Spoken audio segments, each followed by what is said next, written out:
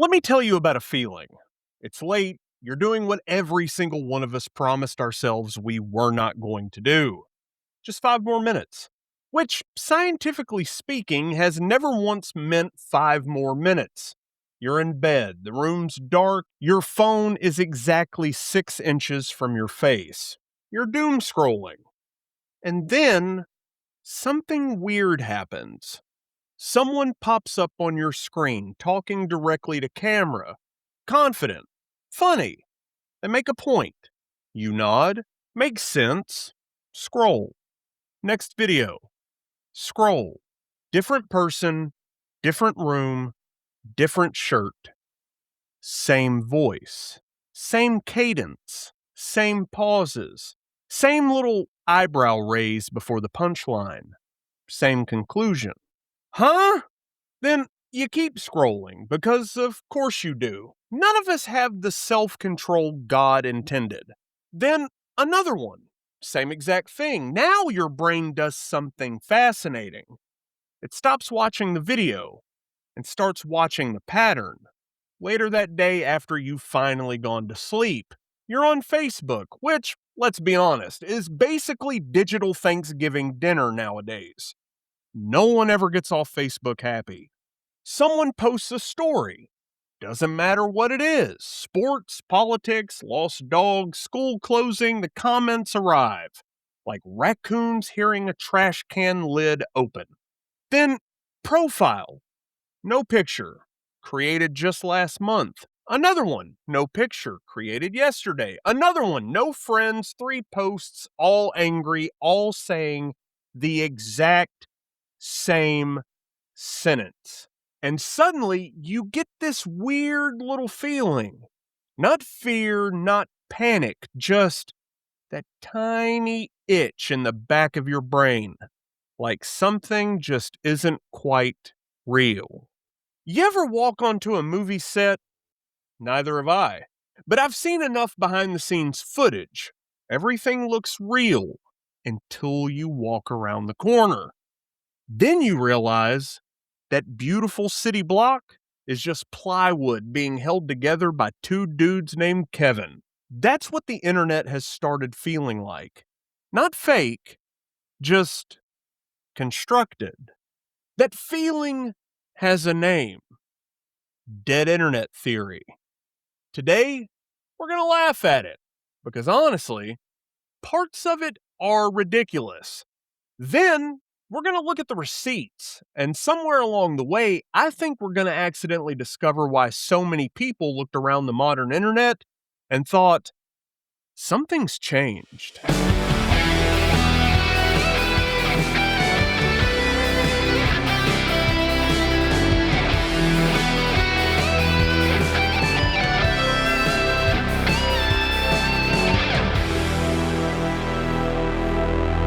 Hey, and welcome to, or welcome back to, the Average Joe Nerdcast. I'm Nate, your resident Average Joe, and this is Ctrl Alt Delusion, where we take the internet's weirdest rabbit holes, laugh at them, pull them apart, and occasionally discover they weren't asking the wrong question, just the wrong answer. So let's see how deep this rabbit hole goes. So, dead internet theory, which, first of all, is an incredibly dramatic name. It sounds less like an internet conspiracy and more like a straight-to-DVD zombie movie from 2008. This summer, the Wi-Fi bites back. If you haven't heard of it before, then congratulations, your algorithm has shown remarkable restraint. The theory itself showed up in 2021 on 4chan, which is exactly the sentence I wanted to say today. Because whenever a story starts with, "So I was on 4chan," history suggests we should probably stretch first. A user calling themselves Illuminati Pirate posted this massive manifesto. And before we even talk about what he wrote, can we spend just a second appreciating that username? Because that sounds like someone mashed together 3 conspiracy documentaries and a bottle of Captain Morgan. And here's what he claimed. Somewhere around 2016, maybe 2017, the internet, it quietly died. Not physically, not like someone unplugged it. Human conversation slowly got replaced by bots, artificial intelligence, fake engagement, manufactured conversations, artificial consensus, until eventually, most of what you saw online wasn't people anymore. And I'll be honest, the first time I heard that, my immediate reaction was, buddy, go outside. Because that's a very big claim. Like, Area 51 has a Starbucks now. Levels of claim. But here's something I've learned doing this show. Whenever millions of people latch on to an idea, even a ridiculous one, I try not to immediately ask, is this true? I ask, what made this make sense to people? Because people usually aren't responding to facts first. They're responding to a feeling. And that's why I wanted to do this episode. Not because I think the internet is secretly run by lizard people, although if they are, they desperately need a better customer support department. But I wanted to understand why this idea spread, why it resonated, why so many perfectly normal people looked around and said, yeah, you know what? Something does feel different. The fully committed version of dead internet theory is incredible. According to the internet, about the internet, on the internet, you're basically the last human left. Congrats, you won. Reward? Loneliness. Everyone else? Bots. Comments? Bots. The influencers? Bots. The news? Bots. That guy arguing with you for 4 hours over whether cereal is considered a soup? Believe it or not, bot. Which, honestly, that would explain a lot. Imagine spending your entire Saturday proofwriting a 17-paragraph response, complete with sources, citations, peer-reviewed journals, historical context, just to discover you've been debating a Samsung smart fridge. My friends, I'd never recover. I'd have to move, create a new identity, new driver's license. Can't have people knowing that shit. But here's where my week got weird. Because I sat down fully expecting to spend 40 minutes laughing at this thing. I figured I'd gather a few sources, debunk the conspiracy, make fun of 4chan, and call her a day. Instead, I kept finding more receipts. And every receipt made me just a little quieter. The first place I ended up was Cloudflare, which, unless you're a giant internet nerd, you've probably never thought about. They're one of those companies that quietly help huge chunks of the internet function. They aren't making YouTube videos and they're not making TikToks. They're just keeping the lights on, which honestly is usually where I like to get my information. And according to their reporting, roughly 38% of all internet traffic is automated. 38. My friends, that's not a tiny little corner. That's not, oh, there's a few bots. That's almost 4 out of every 10 requests flying around the internet. Now, before everyone starts unplugging their modems, that does not mean 38% of the internet is evil artificial intelligence. A lot of those bots are boring. They're search engines, security scanners, website monitors. They're doing jobs humans do not want to do. The important part isn't the bots. The important part is there are a lot more non-human things wandering around online than I think most of us realize. And honestly, customer service chat suddenly made a lot more sense. I understand your frustration. Bitch, no you don't! You were compiled 17 seconds ago. So I kept digging. And eventually, I ended up back in the Elon Musk and Twitter lawsuit. Do you remember that whole circus? One of the biggest arguments wasn't politics, it wasn't free speech, and it wasn't even Elon. It was how many of these accounts are actually real. Now, people still argue over the exact percentage. Lawyers argued, experts argued, Twitter argued, Elon argued. Everybody argued. The percentage? Still debated. My friends, when billion-dollar lawsuits start arguing over bots, that's not internet folklore anymore. So, I kept digging. And then I learned about click farms. I knew they existed, I just didn't know what they actually looked like.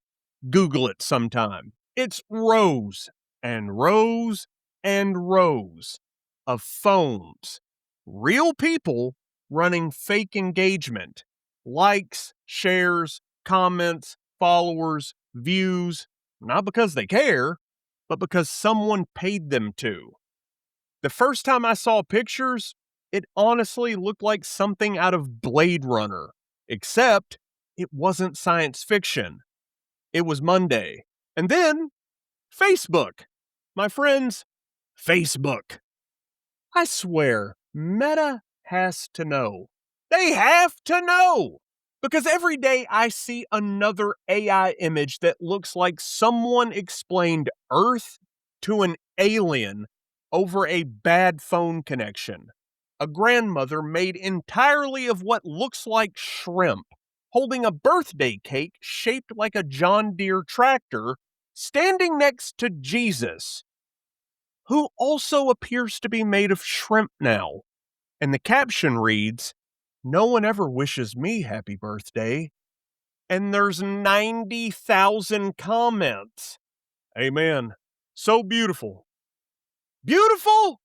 Brother, the tractor has eyelashes. What are we doing? And here's the part that stopped being funny. Those posts, they work. They get engagement, which means the system rewards them. Not because the system loves shrimp grandma, but because the system loves attention. It just can't tell the difference.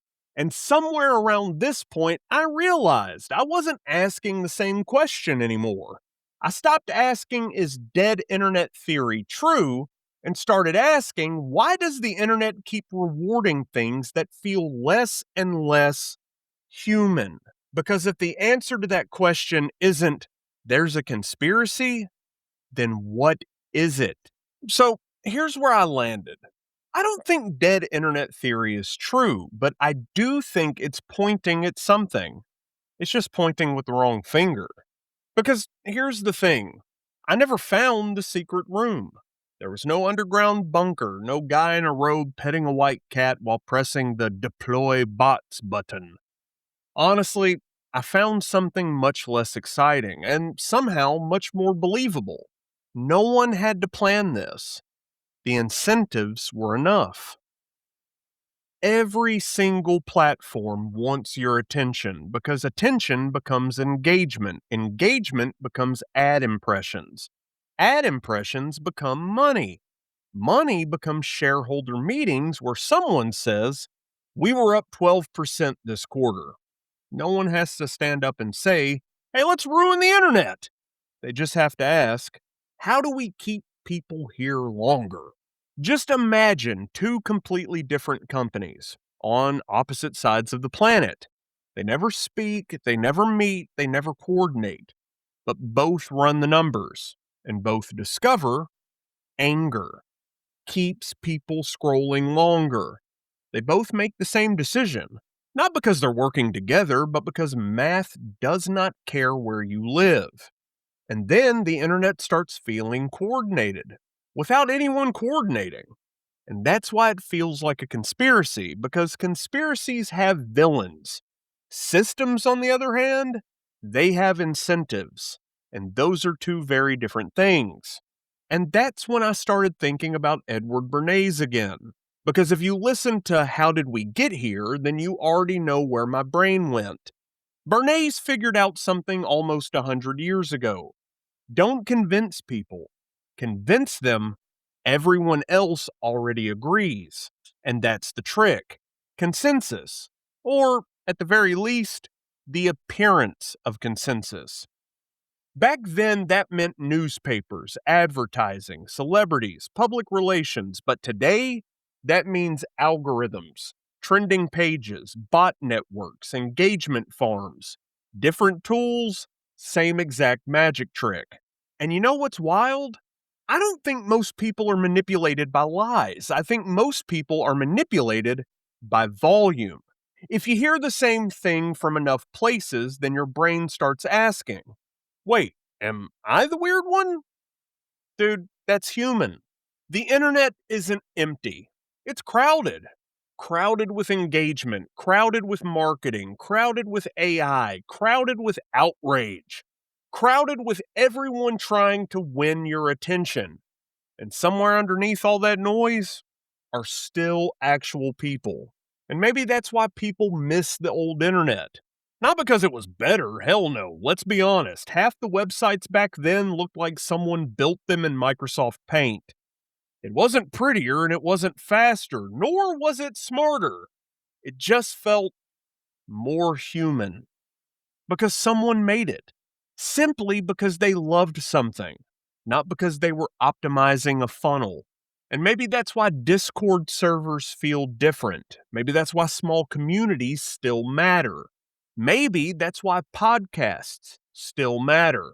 Maybe that's why finding someone who's genuinely excited about the same weird thing you are still feels special. Because for a minute, it stops feeling like content and starts feeling like conversation. The internet didn't stop being human, it just got really, really loud. And sometimes finding another real person just means turning the volume down. And you know what? I think that's worth doing.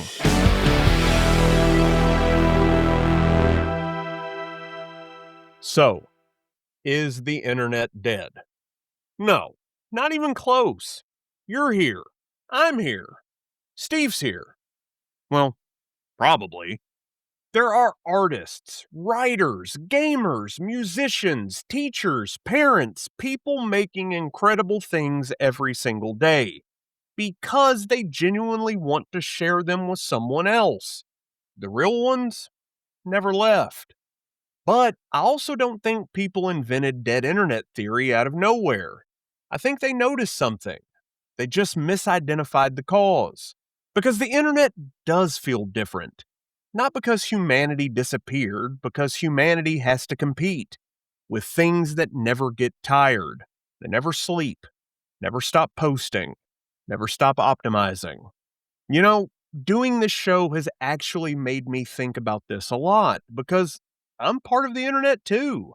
I'm asking an algorithm to recommend this episode. I'm hoping people click. I'm hoping people stick around. I'm in the machine. I just don't want to become one of the gears. I've started noticing the things I remember most online aren't usually the biggest things. They're conversations, random comments, someone geeking out over Halo, a listener telling me an episode meant something to them, someone recommending a book. Those moments, they stick because they're real. Algorithms are really good at delivering content, but they're terrible at creating connection. People still do that. So if there's one thing I hope sticks with you after today, it's the same question that we've asked before. Who benefits from me believing this? Not just politically, commercially, emotionally, algorithmically. Who benefits if I stay angry? Who benefits if I keep scrolling? Who benefits if I stop thinking? That's still the best question I know how to ask. Maybe dead internet theory isn't really about the internet at all. Maybe it's just about loneliness. Maybe what people are actually saying is, I miss feeling like there were real people on the other side. My friends, the internet is not dead. The real people are still out there making things. They're still looking for someone else who gets it. So be one of those people. Find those people and support those people. become one of the reasons the internet still feels human. And that's it for this edition of Ctrl Alt Delusion. Dead internet theory. A conspiracy? Nah. A feeling? I think there's something there. Not because the internet is dead, but because sometimes it's gotten so loud that it's hard to hear the real people underneath all the noise. Maybe that's the real takeaway. The answer isn't to log off forever. The answer is to get a little better at recognizing what's real, support people making things because they love making them, and join communities where conversations can actually happen. Think before you share and question before you react. And every now and then, put the phone down and go have an actual conversation with someone. Turns out, those are still undefeated. But before you head out, if you enjoyed hanging out with me today, I'd really appreciate it if you'd follow the show on Spotify, Apple Podcasts, YouTube, or wherever you're listening. And if you've got a minute, be sure to leave a rating or review. It genuinely helps independent shows just like this one find more real people.